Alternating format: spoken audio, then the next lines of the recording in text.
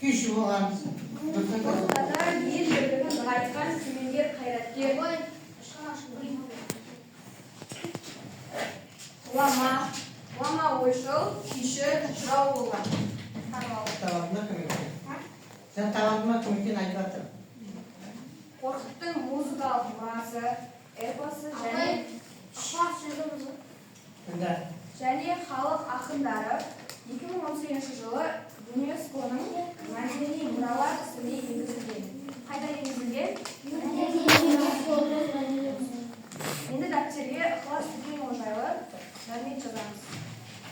Ортадағы асыл әдебиет.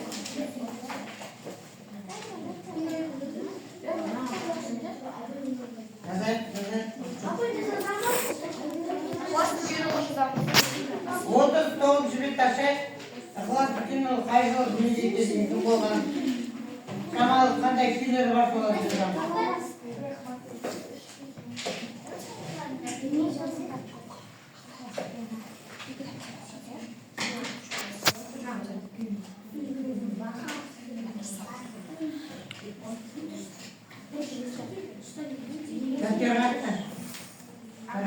Хорошо.